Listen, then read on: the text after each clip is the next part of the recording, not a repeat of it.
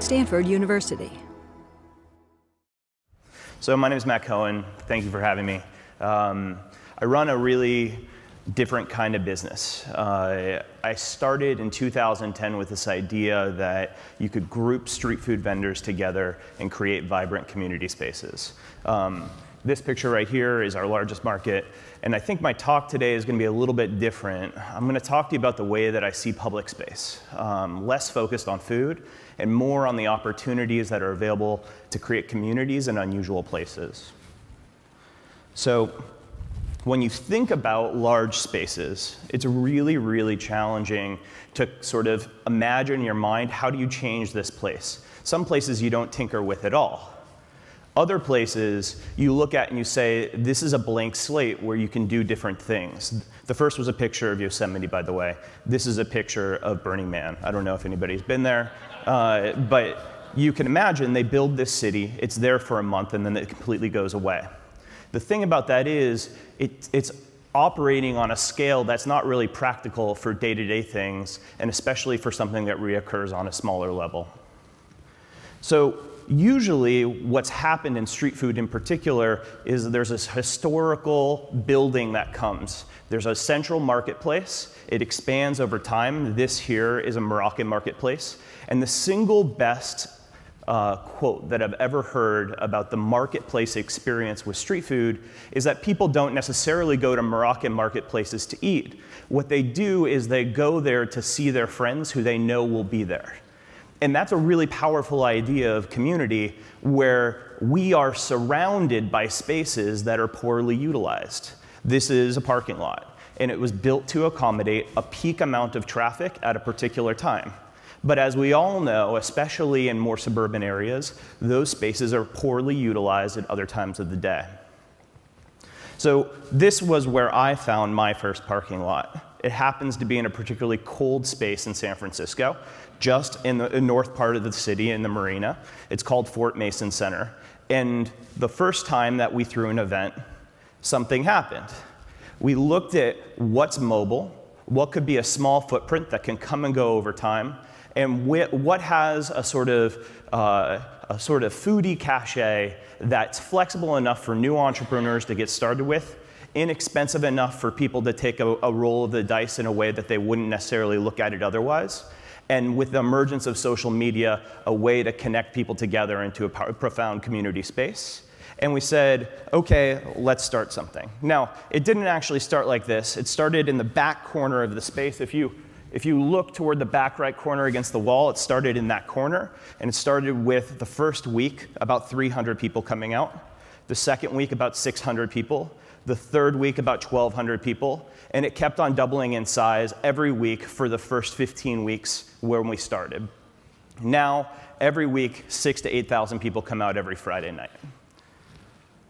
So it's not so different, though, than with the characteristics that it offers are not so different than the things that I've talked about before. That Moroccan night market space in the upper right-hand corner, a Japanese yatai or street food. I had spent some time in Japan myself. I lived there for 3 years, and that was really my initial reference point. But also this idea of taking a grand space and bringing it down to something more approachable. So we started doing it in parks in San Francisco.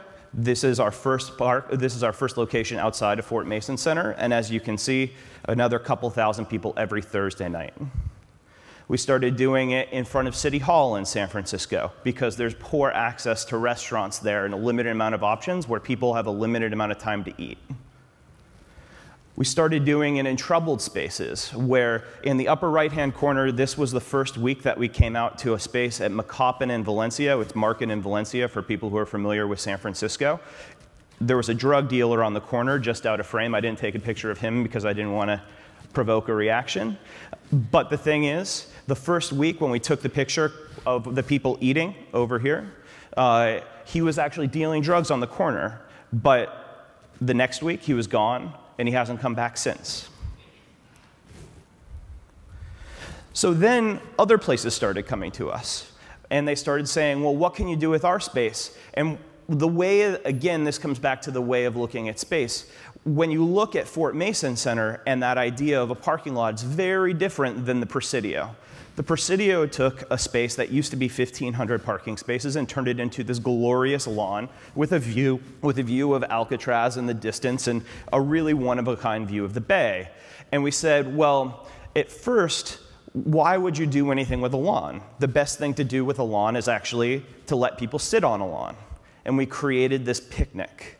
And what we did was we worked with restaurants, actual brick and mortar restaurants, and put them into tents and let them experience street food. So it's creating this whole ecosystem of initial entrepreneurs entering the food space at Fort Mason Center and established entrepreneurs coming back to the food space or the street food space and really looking at it as an opportunity to innovate and do something different. We also put a farmer's market there. So then the Presidio came to us and they said, we really love what you did what you're doing every Sunday, but we want to do it on Wednesday too. And you look at the space and you say, well, you know, people can wait and they can linger for hours at a time on a Sunday, especially if you put a cocktail in their hand, right? But what happens on a Wednesday night? The activities that people do on a Wednesday evening are really different than they'll do on a Sunday. And so we said, well, let's do something that makes the space more intimate. Let's bring chairs out, let's bring fire pits, let's bring cabanas, and let's let people have a one-on-one experience that is a little bit more intimate and not necessarily as related to the whole lawn space, but something that's related to a one-on-one interaction.